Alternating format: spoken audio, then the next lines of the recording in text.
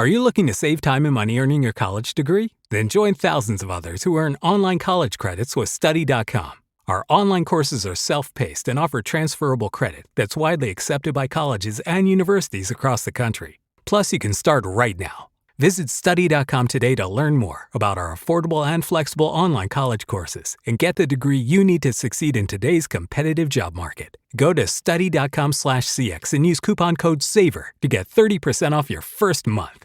In America, it's estimated that 4% of people in prison are actually innocent. When I saw them for the very first time, like I knew who my jury gonna be doing trial. To be honest, I knew I lost then. In 2002, the state of Georgia found Kerry guilty for his alleged involvement in a vicious rape. Only a small percentage of those people have their convictions overturned. You know, as one great justice said many years ago, we don't find our witnesses from church pews. What series of events led to Kerry's wrongful conviction? Could this happen to anyone? What finally convinced the courts to overturn his conviction? From Zapier, in partnership with the Georgia Innocence Project, this is The 4%.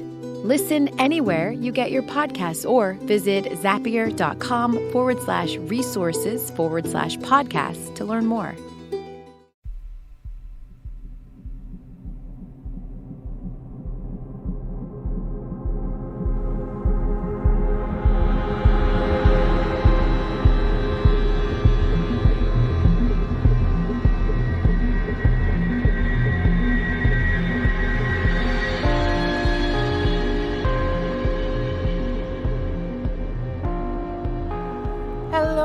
Welcome to episode 124 of Real Life Ghost Stories. How you do?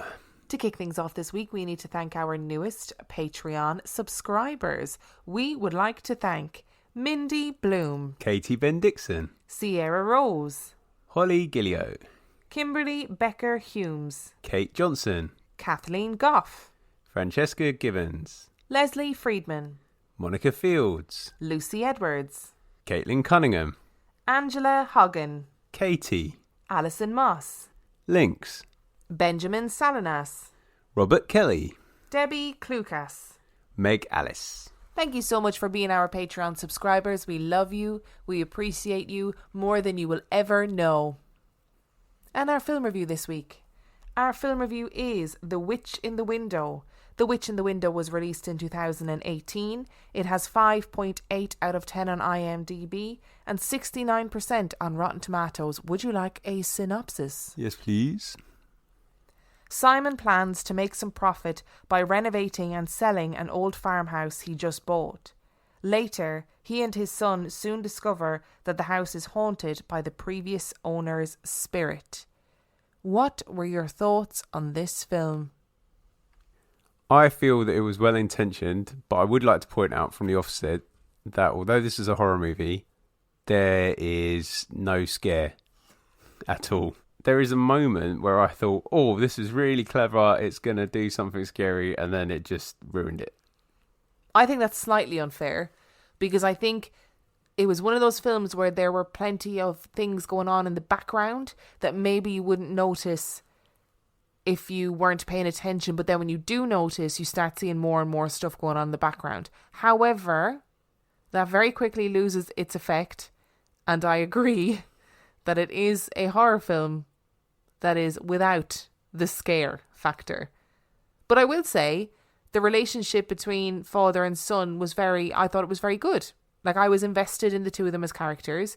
It didn't feel forced. Like, we've watched a lot of horror films recently where the script is horrendous and the characterization and the relationships between the characters is really not there. But this felt very natural. It felt very normal, a normal father-son relationship. And also what I really enjoyed was that when the son approached his dad and said, I think there's something weird going on in this house, the dad did not do the horror film thing and go, oh, don't be silly, we're fine. He was like, oh shit, do you think so too? Which I thought, that's really refreshing, because we immediately have two people who think, oh shit, yes, something terrible is happening, and there's none of that behaviour where it's like, no, don't be silly, no, you're fine, no, it's okay. So I liked that element of it. Yes, and he actually takes proactive steps to keep his son safe by sending him home to his mother, which I think is a horror dad move that Paul will appreciate. Yes, definitely, because we don't see that a lot in horror dads. We see a lot of horror dads being actually quite chaotic and quite flippant with the safety of their families, to be really frank. I think this was probably a really low budget film that had, like you said, really good intentions. They lost it. It was about 15-20 minutes too long. Every time I thought it ended, it stayed going, which I found very strange. Well, you see, I'm going to disagree with you there, because I felt that the extra stuff actually allowed it to be a little bit better than it could have been. I thought if it had been shorter than it was, it just would have been bad, like really badly executed with nothing. Like the good bits of the story got developed towards the end, I think. But do you not feel like then they tried to thread everything together that they had completely not threaded together in the film in those last 20 minutes? Okay, basically what's happening is we're both beating around the bush. The problem with this film is the witch. That is the problem. And actually, the witch was a great concept, because there was a point where they both saw her. She didn't disappear. She was sitting in this chair and they were going, oh shit, do you see her? Yes, I see her. Oh my God, we have to go and find out what's going on. They shine a phone on her. They don't see her in the phone, but they see her in real life, as in the camera on the phone. Really clever. And I thought, and I literally turned to Dan and I said, I don't know how they're going to get out of this as a horror film. You know what I mean? I don't know where they go from here. And where they went was the really scary witch was a real not scary woman. And I mean, even do her makeup a bit better to make her look more. She was just a woman, like, and stood up and chased them, and it was so poor. It was, oh God, it was awful. I don't need to see a woman arms flailing chasing after a man and his son after being told this woman died. Everyone in the town thought she was a witch. She was really scary. She looked really scary sitting in the chair, and then she's just a woman. All the confrontations that involved the witch moving in this just reminded me of someone shouting at their partner down the Queen Vic on EastEnders. That's essentially the scariness of it. And that was the most disappointing thing about this film. I liked what they tried to do. I even liked the story they told. It's just any moment that was close to being scary was ruined by the fact that they put no effort into the witch. I wonder if it was a case of them putting no effort or them being limited by budget. I actually thought about this quite a lot in the last couple of days, because it frustrated me. Because I thought, wow, this is really novel. Like, they're doing cool things with this film on a budget. And I always think if you're on a budget, less is more. They went down the more route and just fucked it. And I feel annoyed, because they actually had good actors. They had good relationships. There was a good storyline. I'm disappointed. I'm very disappointed. I'm almost annoyed. And I really think 69% on Rotten Tomatoes. Really? That's the most disturbing thing about this whole situation. I feel sorry for this film, and I don't like feeling sorry for films. Why do you feel sorry for it? That's a strange way to feel. Because I feel like it's like they did everything right, and the one thing they got wrong stopped it from being an effective horror film. And I'm just like, it's like a rookie goalkeeping error. Yeah, okay, I'll give you that one. So what do you give this film out of 5? I had given it 2.5, but I think it's probably a 1.5, really. Ooh, I was going to give it a 2, just because I thought, you know what, you had great ideas and great intentions, but if you don't have the budget, less is always more. And I did think, like you, I thought The Witch really let it down, really massively let it down. And so they did have, although I'd nearly bump it up to a 3, because they had one great horror moment that I thought, whoa, I did not see that coming. That was brilliant. But then it didn't really go anywhere. So I'm a 2. I'm a 2. Oh, it wasn't the one that was a really great horror moment that was then ruined by the witch. For the Millers, movie nights were once tradition. Now Sarah could hardly get through the opening credits, not on that old couch. But one day, while shopping on QVC.com, she learned La-Z-Boy recliners had slimmed down a bit. And in just a few clicks, Sarah got her La-Z-Boy chair and a popcorn maker and a soundbar by Bose. And with one quick trip to QVC.com, movie night and Sarah's back were saved. Shop QVC.com/podcast and use code QVC20podcast for $20 off $40 for new customers. This is shopping brought to life. When you're struggling with your mental health, the world can seem pretty heavy, like no one understands what you're feeling or you're not sure how to ask for help. But here's the real truth. You're never in this alone. 988 Lifeline's trained crisis counselors are available 24/7 to offer the help and support you need to make it through. No judgment, no stigma, just someone to listen. Text or call 988 Suicide and Crisis Lifeline, day or night. 988. Hope has a new number. Which brings us to our story this week. Now, I need to... Why are you laughing? Which brings us to the story this week. That was good. I thought you were laughing at me. I thought I'd done something. No, I was like, oh. I was laughing at your clearly intentional pun. Clearly intentional. So, Jordana contacted me on Instagram and said, hey, I've just finished reading this book and it really freaked me out. And it's a story about a house in Ireland. And the girls who lived in the house, one of them wrote the book and the other sister sometimes talks about it on TikTok. And I was like, yeah, cool. Like, thanks. I'll check it out. So I went and got the book and I checked it out. And that's the story we're going to be talking about today. And it is the story of the Sharon Rectory. And all of my information for this episode comes from a book called The Haunting of Sharon Rectory by Emma Louise Tully. The link's in the description. Have you ever heard of the Sharon Rectory? No, I've heard of Sharon Rectory. She used to work at my school. That was such a dad joke. Our story begins in Donegal on the 2nd of March 1797. While geographically located in the north of Ireland, Donegal is actually part of the Republic of Ireland. Reverend William Hamilton was making his way from Fanad to Lifford Court House, where he would take part in criminal hearings. He was a magistrate and was locally considered to be a cold, hard man, and had sentenced men, women and children to hang indiscriminately. That would be enough for the local community to dislike the man. But Hamilton had angered people in the community that were very, very dangerous. In 1792, Hamilton had written a piece that condemned republicanism and outlined his pro-British ideals. And this made Hamilton a target for the United Irishmen. For 6 years they had staked out Hamilton, gearing up for an assassination. The United Irishmen had unsuccessfully attempted to murder him in February 1797, after which Hamilton employed an armed guard to escort him wherever he went. On leaving the courthouse this particular evening in March of 1797, Hamilton set off to his own parish with his guard in tow. A storm rolled in overhead and the winds began to howl. To get home, Hamilton had to cross Lough Swilly, but the boatmen wouldn't allow it. It was too risky, they said.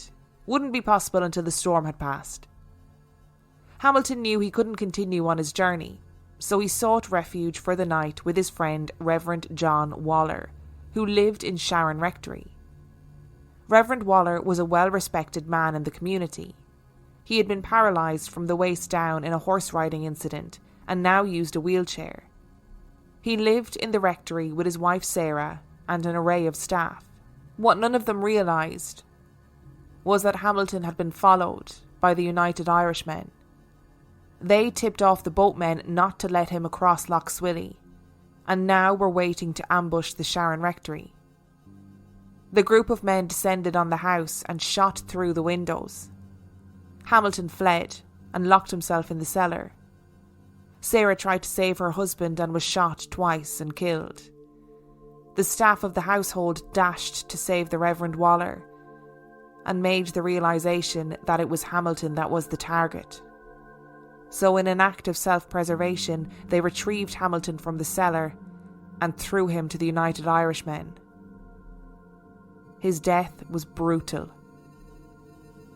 The flagstone where he eventually died was removed from the house, and Reverend Waller grieved the loss of his wife for 2 years before passing away.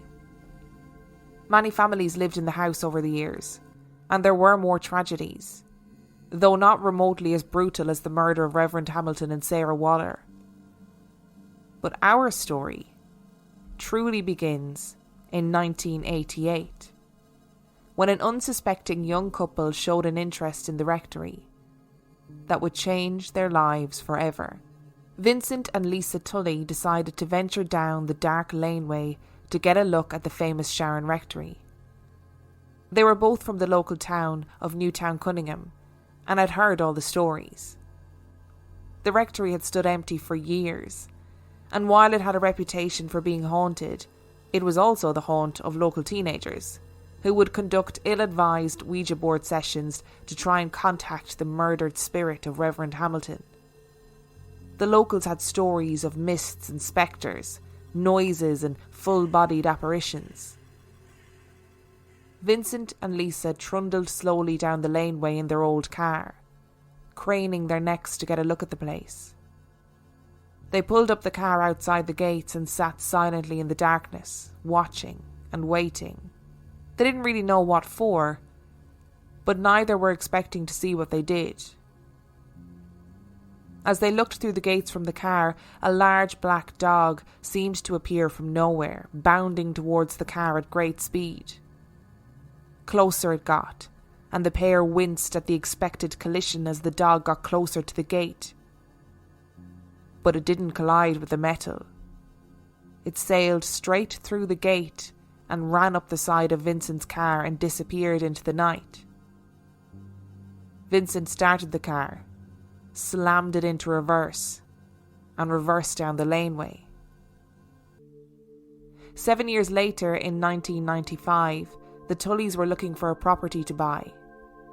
The local priest owned the rectory and agreed to sell it to them.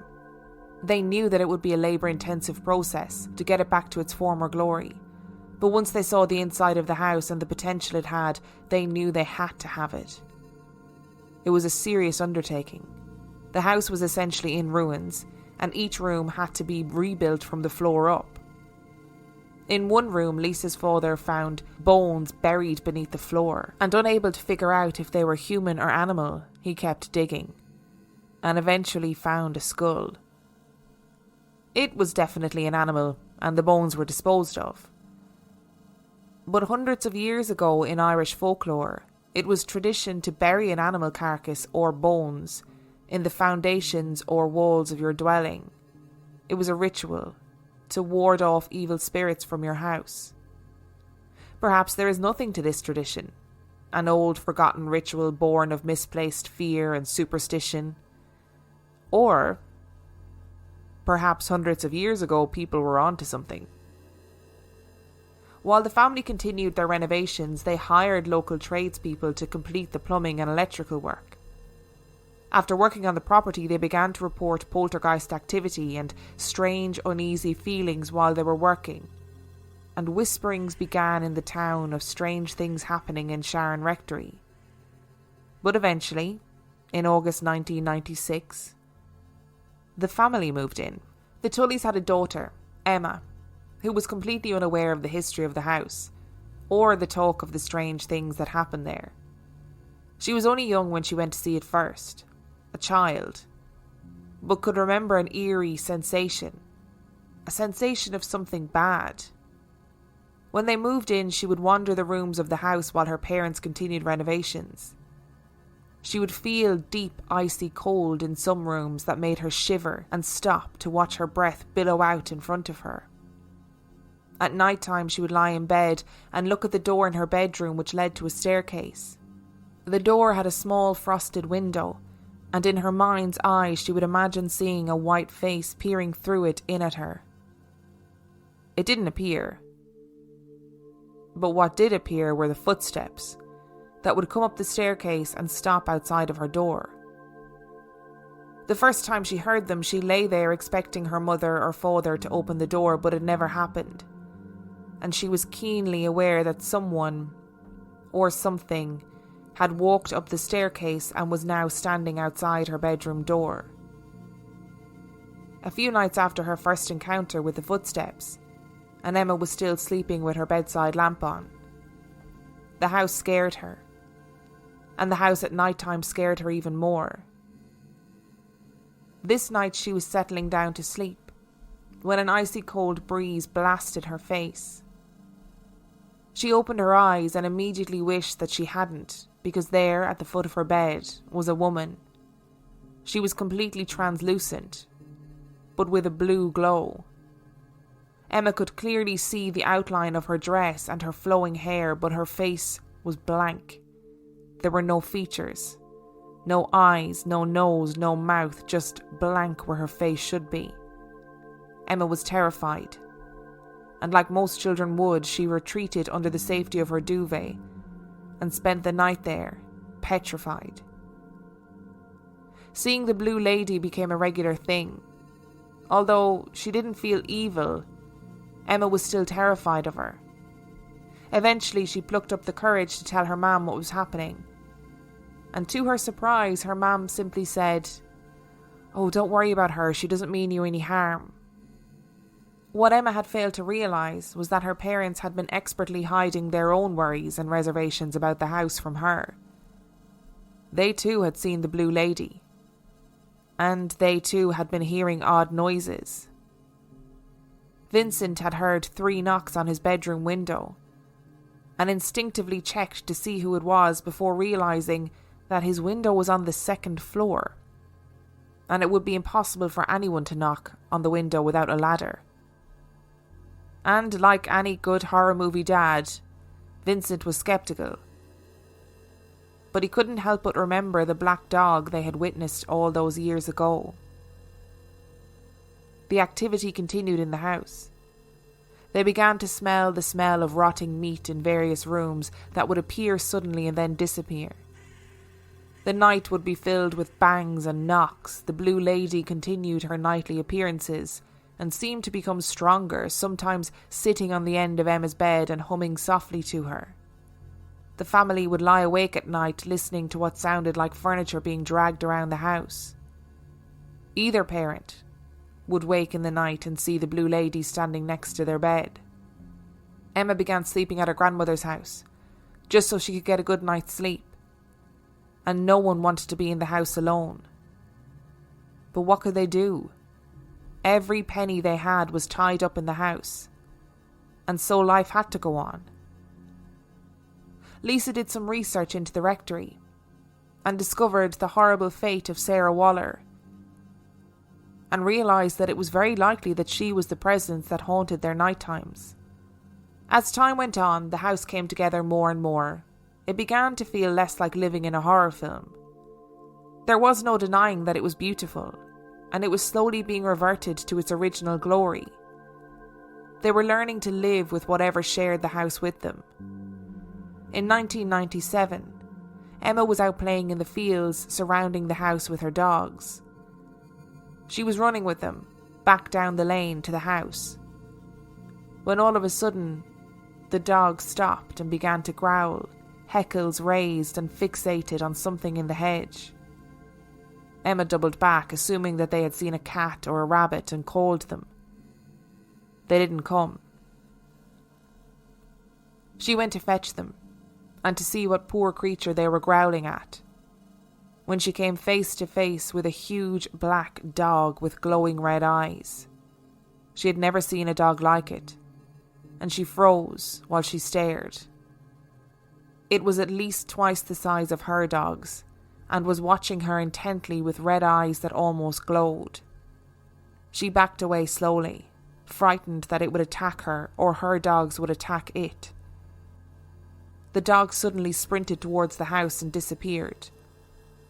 Emma ran with her dogs on her heels and breathlessly told her parents what she had seen. They looked at each other. It was the same lane that they too had seen a large black dog all those years before. And the weirdness didn't stop there for Emma or for the family. A few days later, she was cycling the lanes when she saw a figure in the distance moving towards the house. It was a man, wearing a long black coat and a cap. As Emma got closer to him, she realised that his face was not only completely ashen, but it was also expressionless, frozen into a blank nothingness. Emma began to feel a sense of panic rising. There was something wrong with this man, but she didn't know what. She called out to him. "Are you here to see my dad?" He didn't respond. He didn't even react to her calling to him. He just turned and walked away before disappearing completely. Emma blinked, unsure of what to do or who to tell. It would only be years later that she would discover that an aunt who kept horses on the land had seen the same man and had also seen him vanish into thin air. At a loss as to what to do, the family sought advice and help from wherever they could get it. A priest came and said some prayers which quietened things down for a few days, and then the haunting reinvigorated. The family went on local radio to seek help, and a psychic named Kate arrived, determined to help and find out what she could. She sensed the Blue Lady, but also the spirit of a very angry man. Kate would visit the house on many more occasions after this. People in the community talked. The newspaper wrote articles. Many people scoffed at the family's plight. But in reality, this was seriously impacting their well-being. How long can sleepless nights go on for? And how long can you live while being afraid in your own home? Eventually, they agreed to allow Kate to conduct a séance in the house. The night before the séance, the computer in Emma's room began to flash, her room periodically being bathed in the glow of the monitor. She was more frustrated than scared. The electrics in the house regularly turned on and off of their own accord. She turned over to look at the screen and realised that this time it was different. Every time the monitor glowed, she could make out the outline of a face in the screen. That same night, Emma's father awoke, and something felt different. The Blue Lady never felt threatening, but something dark was in the room with him. He felt something grip him around the ankles and drag him down the bed slowly. Try as he might, he couldn't loosen his grip, and eventually he began to pray, and whatever it was let him go. Something had changed in the house, and it no longer felt benevolent. During the séance, Kate made a connection with who she believed to be Sarah Waller. And for a while after, the house was quieter. But every member of the family had the sense that something dark was lurking in the shadows. The new thing only made itself known after renovations started on the house in the year 2000. Vincent was converting the coach house, a small dwelling adjacent to the main house. It seemed that the renovations disturbed something different, a new entity that felt dark and oppressive.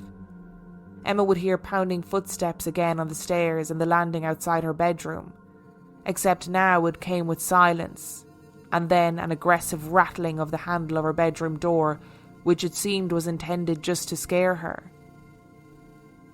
The birth of a new child in the house also heralded the arrival of something new. As soon as baby Victoria was old enough to talk, she began to talk about Saoirse. Saoirse was her friend who she played with and chatted to all through her childhood. At first the family took no notice, but over time they realised that there was something more to Saoirse. Victoria's eyes would follow something around the room, and when asked what she was looking at, she would always say, "Saoirse." The family knew no other children by the name of Saoirse, and Victoria described her wearing a brown dress and having brown hair, but she was always sad because her mammy and daddy were in heaven. As it always does in haunted house stories, life moved on. The family entered into some sort of odd cohabitation with the undead residents of the Sharon Rectory. They learned to adapt to the paranormal activity that plagued them. And eventually, Emma moved from her room in the main house to the adjoining coach house that her father had renovated. It was still next to the main house, but enough to give her independence. The family had experienced odd happenings in the coach house too. Whisperings and chattering voices. Emma had once seen the apparition of a hanged man, and they believed that it was their renovations of the coach house that had unleashed the dark thing on the family. There will undoubtedly be many of you thinking, but why would she move in there alone? At what point do you stop being scared and start trying to live normally in spite of all the lack of normality around you? It would be nice to say at this point that Emma faced her fear in the coach house and our story ends, but it doesn't. Emma had many years of fear and worry in the coach house before she eventually moved out with her partner and her son. And whatever was in the house then turned its attention to Victoria and Emma's mother Lisa. Victoria was still adamant about Saoirse, but no one else had seen the spirit of a young girl, until one night when Lisa was home alone. She went to bed as normal, with no particularly negative feelings, and fell into a deep sleep. She was awoken by the feeling of something hitting her legs. It was heavy enough to wake her. She lay in the bed, not daring to open her eyes. She knew she was alone in the house, and couldn't understand what force was repeatedly thumping her on her legs. Eventually, after the thumping continued, she slowly looked over the duvet covers. And there she was. A young girl aged about 9 years old was at the end of her bed. But she wasn't static or see-through or glowing like the Blue Lady. She was on the bed, jumping. Lisa stared and the girl opened her mouth, but no sound came out. It looked as though her mouth had been injured somehow, or disfigured, and she was trying to speak but couldn't form the words. And then just like that, she vanished. The family were then contacted by a team of paranormal investigators, and still desperately seeking respite, they agreed for them to visit. What followed likely felt like a goldmine for the investigators. There were knocks and bangs and disembodied voices and witness testimony. But what followed next for the family was a reinvigorating of all of the negativity in the house. It was as though the attention from the investigation had fueled whatever evil lurked in the house, and again it began to focus its attention on Victoria. She awoke one night to the shrill shriek of the fire alarm. She heard her mother scramble out of bed to investigate and sat upright listening. The alarm would shriek and turn off, shriek and turn off, and her mother assumed the batteries were low, so went downstairs to double check that everything was okay. Victoria breathed a sigh of relief, and then a gruff male voice whispered in her ear, "You got big since you went to school." She was petrified and looked around the room, hardly daring to move. But there was no mystery man lurking in any corner. And then the voice whispered again, "Hello." This marked the beginning of an increase in bangs and knocks around the house, and the introduction of a male voice that would whisper and growl in various rooms, and also a child's voice that would giggle and whisper too. The fire alarm continued to malfunction for days. It would beep shrilly, waking the household before stopping again, and try as they might, they could neither figure out why it was happening or get it to stop. When the real fire eventually did start, it wasn't the alarm that alerted Vincent. It was the dog. The fire started in the roof of the old library, and it took the fire brigade a long time to extinguish the flames. The room was a shell of its former self. Vincent was hospitalised as he had suffered a heart attack in the attempts to put out the blaze. When the last embers were dying down, and the family were about to go to Vincent in hospital, a fireman approached them and asked, "Who was the other woman that lived in the house?" She stood on the stairs and watched the room burn down. This was the point that Emma begged her family to leave the house, when her mother refused. They had put their heart, soul and finances into this place, and they were not going to be driven out by anyone or anything. And again, life moved on. Due to changing circumstances, Emma and her now 2 sons, Noah and Jonah, moved back into the Sharon Rectory. The family continued to see things. Lisa was in the kitchen one night and turned to see a perfectly modern young man standing in the kitchen, who disappeared in the blink of an eye. He was so normal looking that Lisa assumed initially that he had somehow broken in, but realised that was probably not the case when he vanished into thin air. Victoria was followed up the stairs by a man on all fours. But the validation that they were not all going mad came from little Noah. One morning, he came to Emma and told her that in his room that night was the big scary man.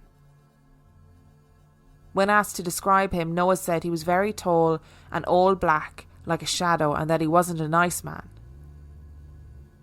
Emma's other son Jonah was sitting watching TV one night when he said the dark man with the sharp teeth and the long claws was watching them through the window again. And on it went. The family would see shadows scuttling around on all fours out of their peripheral vision.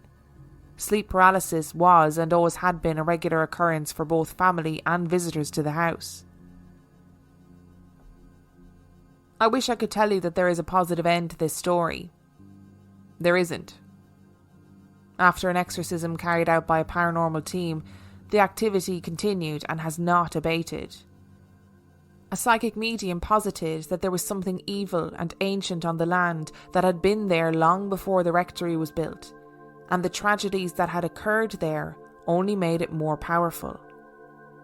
Emma went public with the story and faced a lot of ridicule but also a lot of support. Eventually, the family stopped allowing paranormal teams into the house. There are obviously elements of this story that I haven't included, namely the horrific impact that living in this house has had on the family over the years. I realise now, as I've finished the story, that Emma didn't speak to Noah and Jonah about what was happening in the house.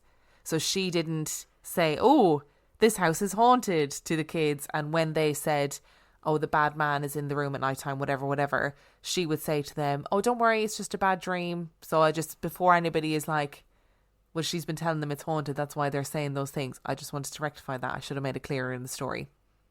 So what did you think? Whoa. That is a great stuff going on there, isn't there? I mean, not great stuff, but there's a lot of stuff going on there. What a story to discuss. I want to start by talking about Sarah Waller.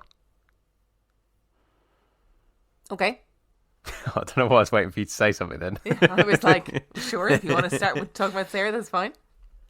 Sarah Waller is clearly not an evil spirit. She's there just bopping about doing her spirit in business. And although she died unjustly, which in some cases can cause a spirit to be evil or vengeful, she died, in this instance, protecting her husband. So I feel that the overriding emotion is love, and therefore that's why she's probably just a good spirit. I really feel for her, because that story that I told in the beginning genuinely happened. That's not a local legend or anything. That really did happen, and I think that it was one of the catalysts of, or one of the kind of opening shots of a rebellion at the time.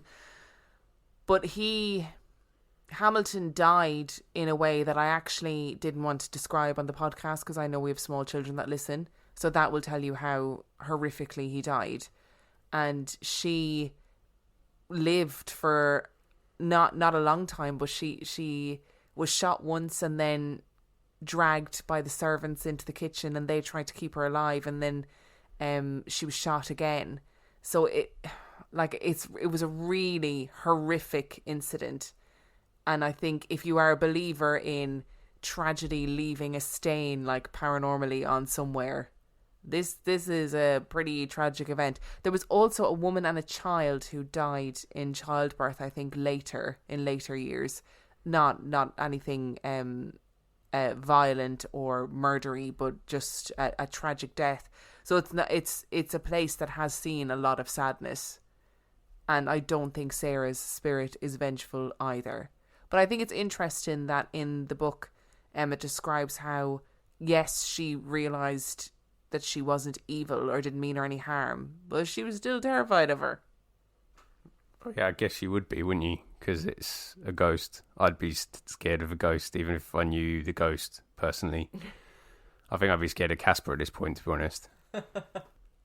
Are we presuming then that the Hat Man, in this instance, is Mr. Hamilton? See, I don't think so. That's what I thought when I started reading. I was like, well, it's going to be the vengeful ghost of Mr. Hamilton. But I think right. It sounds like something darker. I'm not saying he's not there in the house because, you know, he died a pretty horrific death there. But like, holy moly, whatever's in that house is horrendous. I mean, there's more talk about like people getting scratched while they're there. Like people, you know, Emma waking up with bite marks all over her body. Like crazy stuff. Crazy stuff. So no, I don't think it is Mr. Hamilton. Every time I say Hamilton, I want to sing. And it's really taken all my power not to do that. Good. I'm glad you're not. The reason I think it might be, though, is because out of the two deaths that we got context from, he was trying not to die. Whereas that's a good point. Sarah Waller actively ran into the line of fire to save her husband. And I feel like that might be more reason to be a bit disgruntled. There's a part of the legend as well that said that he hid initially behind Mr. Waller in his wheelchair when the shots were fired. So if that is true and if that is to be believed, maybe there's an element of guilt there. I mean, who knows? It's very interesting. The other thing that I'm really intrigued by is the black dog. Sounds very Black Shuck-like to me. Yeah. And we've had so many stories. This is the reason why I don't do haunted house stories one after another, because they're all so similar. And I don't mean that in a derogatory way. I mean, people are experiencing the same things everywhere. Like, it's just wild. There's so much of it. Like, if you think about Hey Old Fanog, when they had their seances and stuff in the house, they started seeing all sorts of shit because the psychics were like, well, it's like a beacon to spirits. And it feels like it's the same in this house because the mother was seeing like modern ghosts, not just, you know, Victorian ghosts or a floating blue lady. She saw a man in the house who she thought, how have you fucking broken into my house? Yeah, I don't know how energy works, but part of me feels like if you're stoking up a thing by doing a seance or a Ouija board, you know how I feel about those, then maybe you're leaving like a beacon on the veil, so to speak. Yeah, I don't know. And so, like, spirits just see, like, the remnants of it and come through as a way of trying to communicate. I just don't understand where the dog fits in. No, I don't understand either. Because this isn't a ghost pet dog. We're not talking like the one that haunts the cemetery in Edinburgh. No. We're talking about a ghost with glowing red eyes. Very strange. Very Black Shucky. Yes, Black Shuck, if you're not aware, is like a legend in Norfolk, isn't it? Of a giant black dog. But it is, yeah, and it's interesting that these things are also generational, like family members from different generations have seen it. I did wonder when I was reading this, and I just have to be realistic, about if you are living in a house that's haunted, and I know this probably might be an irrelevant thing to say, if you're living in a house that you think is haunted, do you then attribute everything to the paranormal? So every knock, bang, every sound, do you go, hey, that means it must be the ghost? I'd say yes, and I also fully understand why. Because if I think about how hard I have to fight to not think that all the noises in our house are a ghost, if I'd actually seen a ghost in the house, that'd be it. Yeah. And this family had seen several ghosts. So, yes, it probably was the ghosts. Probably not an unrealistic expectation at this point, is it really? More proof that ghosts can start fires. So, about that. The fire brigade proved that the fire started naturally. But I wondered if the fire alarm going off regularly beforehand was like a warning that it was going to happen. Oh, yeah, I think you might be on. Yeah. That only occurred to me, like, as I was reading it out loud, because I'd written it and not made that connection. And then I thought, well, why would the fire alarm suddenly start going off all the time? Because it's not a constant in the story. It happens in that burst just before the fire starts. And the fire brigade, like, they investigated, and there was a wire in the ceiling that had faulted and set fire. So the ghost didn't set fire. But then the fireman came to them and said, who was that woman, the other woman that lives in your house? See, that's what made me initially think that the ghost had started the fire. But then, thinking about it now, if I was a ghost and I knew I wasn't going to die, and I probably can't feel heat, I'd probably stand and watch a fire because they look amazing. And it's her house. That's her home. Yeah. If we're going with the theory that it was Sarah Waller, that's her home that she's watching burn down. That must be awful. But yeah, I mean, I don't know. I'm no fireman. I don't have nowhere to go with that. So we're ending that sentence there. How creepy is baby Victoria naming a girl ghost by a name that she's potentially not even heard and following it around the room and having conversations with it? We have so many stories like this about imaginary friends. I can't deal with them. And in the context of this, the wider context of this story, it's even freakier. Like, where is she? Who is she? Why does she rock up so late? Why didn't Emma see her? What's she doing? What's she want? I would like to say as well, at this point in time, a massive thank you to the lovely David Keane for providing sound effects for this episode and being a great sport about it. Thank you, David Keane. You are an absolute legend. Or I could just pretend that I had an actual audio recording of the entity that was in the house. But I don't. It was David Keane. I don't mean to shock anybody, but that's who it was. I'm presuming the little girl ghost wasn't David Keane. I wasn't there, so I can't say either way whether it was or it wasn't David Keane. Okay, next 50p Movie Club episode, Dave, you need to tell me, were you the ghost in this house? I'm guessing probably not. But yeah, I can't handle this little girl ghost. Who is she? Why is she just rocked up all of a sudden? Why do new ghosts keep appearing in this house? I don't know. That's why it reminds me of that other story, because it's like they're attracted to it. You know, you've got, so as it stands, we've got the dog, which is whatever that is. We've got the man who knocks around outside with the hat that Emma sees. And the boys gave the extra added details of long claws and teeth. Yeah, you've got whatever. What is that? Whatever that is. But I'm talking about the man she sees in the laneway with the flat cap. Yeah. So and he just disappears, and then her aunt saw him as well. You've got the blue lady, which they believe is Sarah Waller. You've got this wee girl, this Saoirse, and then you've got whatever this entity thing is, whatever this shadowy creature is. Not to mention the young fella that just rocks up in the kitchen a little bit lost. Also the young fella, who in my head weirdly was like Danny Zuko from Greece, and I don't know why I pictured him like that. Because A, it's not modern, and B, Danny Zuko wasn't a teenager in that. I mean, he was pretending to be a teenager, but he was about 40. So I don't know why that was in my head. He definitely wasn't 40. At least. There's something. I don't want to sound too Zach Bagans-ish, but it's almost like a portal's been opened, isn't it? I was waiting for the portal conversation. I don't know how much credence I put into the whole portal thing, but I wonder if that's because in every bloody ghost hunting, paranormal investigation TV show, everywhere they go, there's a bloody portal to somewhere. See, I'm not jumping on the portal train.